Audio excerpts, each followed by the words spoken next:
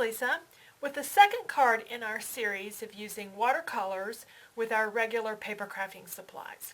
The only stamp we're going to use on this card will be the greeting, but we are going to make use of some punches. And I wanted to get this video in because you could use this to make a quick Valentine's Day card, maybe if you need to hurry up and get one made for somebody important in your life.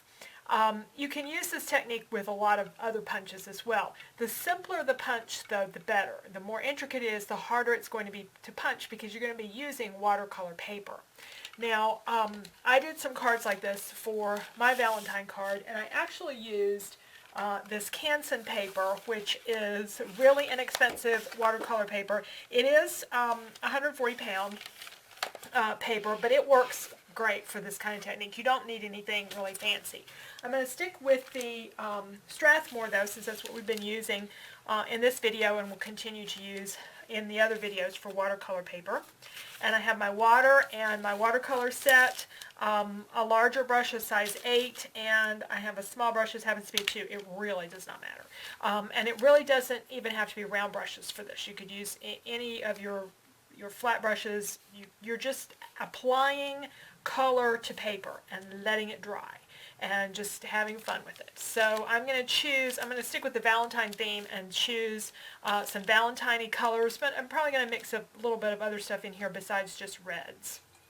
So wet my brush and get my color good and wet. And then just start applying it to the paper. Now this is a dry application. Another approach to this is to wet the paper first and then add color. And that really works well too. Now I've got a little bit of a light pink going on there because my brush wasn't completely clean. But you'll see kind of the difference. With it wet, when I start to add color, then it blooms. And that creates a really neat effect also. We're just playing. We're just having some fun here with some different colors. Okay. Now with that bloomed, let's try this more pinky color and add some of that. It's a little bit, almost somewhere between pink and purple. I said earlier I said in one of the videos the set doesn't have a purple in it. I guess this is probably the closest thing to purple that it has. See, I'm getting some neat effects here. Now I can also add a little bit of contrast. Let's throw a little bit of gold in there, just in places. Now it's going to start to mix with these other colors and that'll turn it a little bit brown, but it's still retaining a bit of its gold look. I could also do some gold splatters. We'll do that in a minute. Alright, I'm going to take my wet brush and do a little bit more of the wet. I haven't done anything more with this dry, but I'll come back to that. Wetting the middle part of my paper. And let's try something really different. Let's do a teal.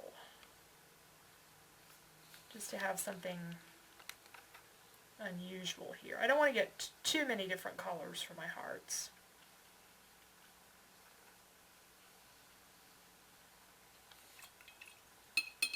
I'm going to add a little bit of one of the red. Oh, I haven't used this. This is kind of a burgundy-ish purple. Oh, there's another purpley color.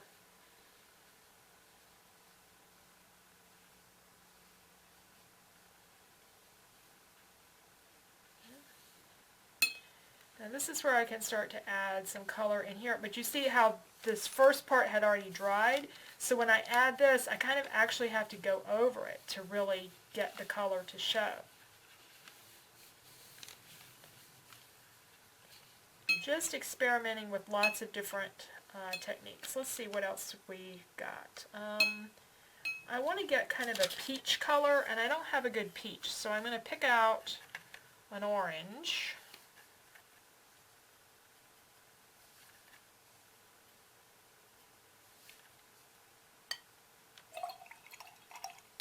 And we'll add some of the cream color to it.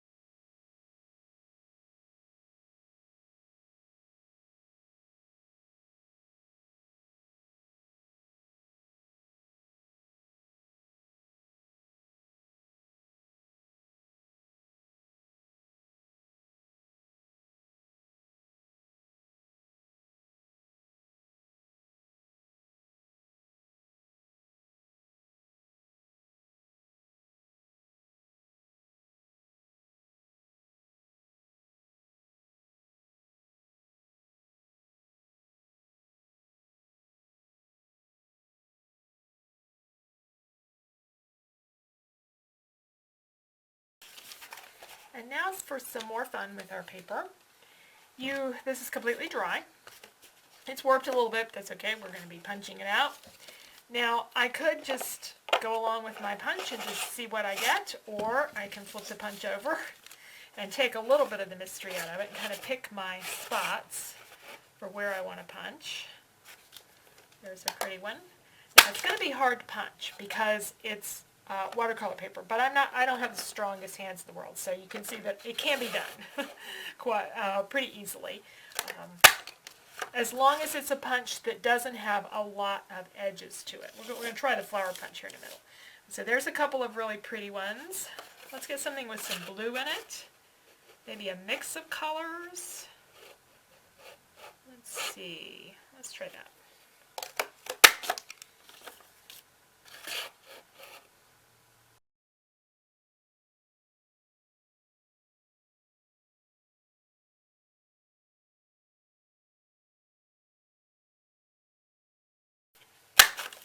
Okay. Now I'm going to try this flower punch, and it's probably going to be kind of tough. So we'll see what we get when we work with it. Actually, that came out, I think, about easier than the heart. It kind of surprised me at how well that did. So you could do flowers and some other things. I've just had some punches that are really difficult to work with whenever you have thicker paper. But so you can make a pretty layered flower. Put a small one on top. So there's a lot of different things that you could do with this.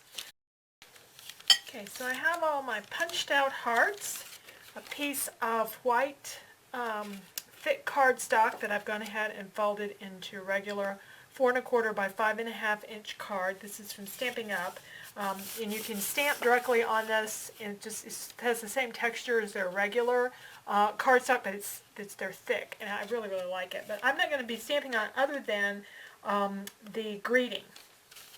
And I've also cut a piece of wood grain designer paper because that's what I did some of the Valentine cards on, and I think they look really good on that. So let me pick out 3 of the hearts that I like. I really like this one, and that one's very interesting. And let's see, do I want to add some blue here?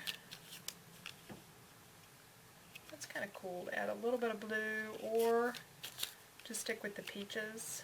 I'm going to stick with the peaches. Okay, so all I'm doing to arrange this card is I'm going to glue these 3 on this piece of designer paper, and then I'm going to put the greeting underneath.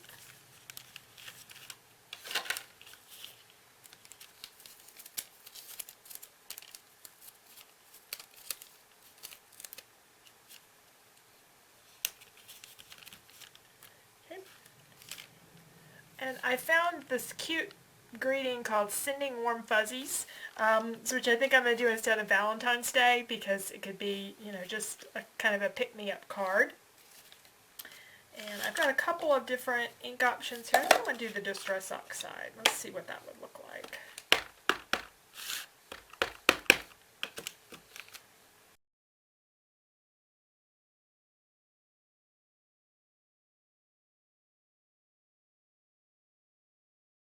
And that's our card. We have 3 hearts on a wood grain background, greeting under it.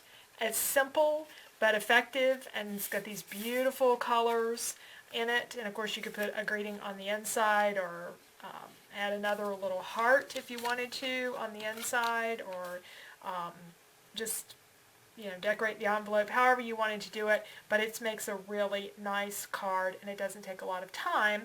And of course, when you do something like this, you get lots more paper to work with. I'm just going to save this in a drawer of some of my other watercolor things that I've created, and some other time I may punch these out and make more hearts or circles or some other design as well.